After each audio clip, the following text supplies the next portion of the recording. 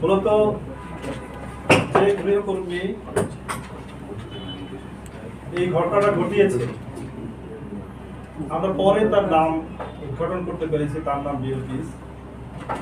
প্রকৃতপক্ষে 17 তারিখে যে ঘটনাটা, তার 2 দিন আগে ওই পরিবারে এই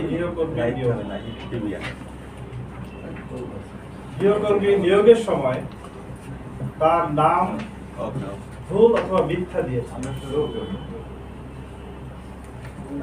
কেয়ারটেকার, বাড়ির কেয়ারটেকারের কাছে বলেছে মমতাজ, এবং ওই বাসায় ভিক্টিমের পরিবারে সে তার নাম বলেছে মারুফা। 14 তারিখে নিয়োগের পরের দিনই গৃহের যে ছোট ছেলে তার স্ত্রী সহ সে তার শ্বশুর বাড়িতে চলে যায়। বাড়িতে থাকে শুধুমাত্র ভিকটিম আয়েশা আক্তার 62, যিনি মৃত্যুবরণ করেছেন, এবং তার স্বামী আনোয়ার হোসেন। এবং এই সুযোগকে কাজে লাগিয়ে গৃহকর্মী সে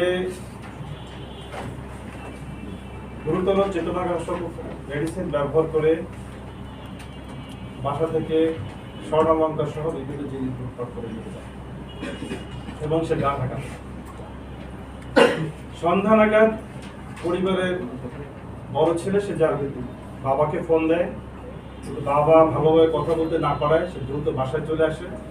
বাসায় এসে তার মাকে অত্যন্ত নিথর অবস্থায় দেখতে পান এবং বাবাকে মুমূর্ষু অবস্থায় দেখতে পান। দ্রুত ঘুরি করে হসপিটালে নিয়ে যান। উত্তরাতে লুবানা হসপিটাল আছে, আপনারা জানেন। লুবানা হসপিটালে তাদেরকে অ্যাডমিট করে, কিন্তু হসপিটালে নেওয়ার পরে হসপিটাল কর্তৃপক্ষ তার মা আয়েশা আক্তার নিহত বলে এবং তার বাবা আনোয়ার হোসেনকে আইসিইউতে ভর্তি করা হয়। আমরা পরের দিন জানতে পেরেছি যে পরের দিনে সে চেতনা ফিরে আসে তার, এবং বাসায় ফিরে বাদী আনোয়ার হোসেনের ছেলে, যে ভিকটিম তার ছেলে মনোয়ার হোসেন, সে বাসায় ফিরে জিনিসপত্র এলোমেলো পায় এবং বাসা থেকে অনেক কিছু খোয়া গিয়েছে বলে তিনি ধারণা করেন, এবং তিনি গোল্ড এবং অন্যান্য জিনিসে একটা তালিকা তৈরি করেন এবং তিনি উত্তরা পশ্চিম থানায় মামলা করেন। মামলাটা আমরা যখন কাজ শুরু করলাম, তদন্ত শুরু করলাম, তখন মূলত এই আসামি বিলকিস সে তার নিজের সঠিক পরিচয় না দেওয়া এবং তার কাছে এনআইডি চাওয়া হয়েছিল। সে বলেছিল যে আমি পরে দিব, এবং তার কোনো ফোন নাম্বার নেই। আলটিমেটলি সে একজন অজ্ঞাত ব্যক্তি, একদমই পুরোপুরি ক্লোলেস একটা পরিস্থিতি। আমরা ওদিকে রাতে খবরটা জানতে পারি এবং কাজ শুরু করি যে তার অস্থায়ী ঠিকানা হচ্ছে গাজীপুর, কিন্তু তার বাবার বাড়ি হচ্ছে ধোবাওড়া ময়মনসিংহ, আর স্বামীর বাড়ি হচ্ছে মেলান্দহ জামালপুর। তা আমরা প্রথম গাজীপুরে চেক ব্যাক করি, কিন্তু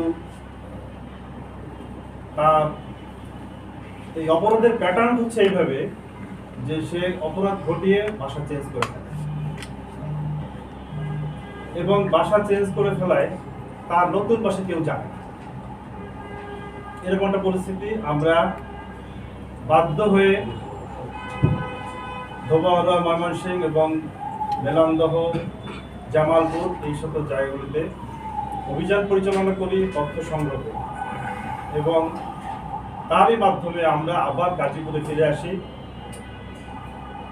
মেলান্দহের তথ্যের ভিত্তিতে আমরা গাজীপুরে তার বাসা উদ্ধার করতে। তো সেখানে তাকে আমরা বাসা থেকে তাকে গ্রেপ্তার করি, এবং বিলকিস সে স্বীকার করে যে স্বেচ্ছায় স্বপ্রণোদিত হয়ে সে মিথ্যা তথ্য দিয়েছিল নাম, এবং সে এই ঘটনা সংঘটিত করেছে। গৃহের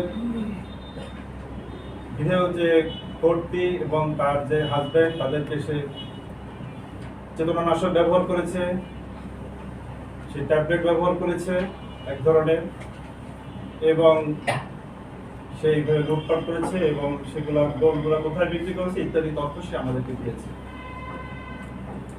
যদিও তথ্যগুলোর ভিতরে কিছু পার্থক্য রয়েছে বাদী পক্ষের এবং তার পক্ষের ভিতরে, আমরা সেগুলো যাচাইয়ের ভিতরে দেখেছি।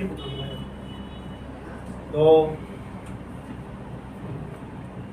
একটা পর্যায়ে আমরা জানতে পারি সে গোল্ডগুলো কোথায় বিক্রি করবে।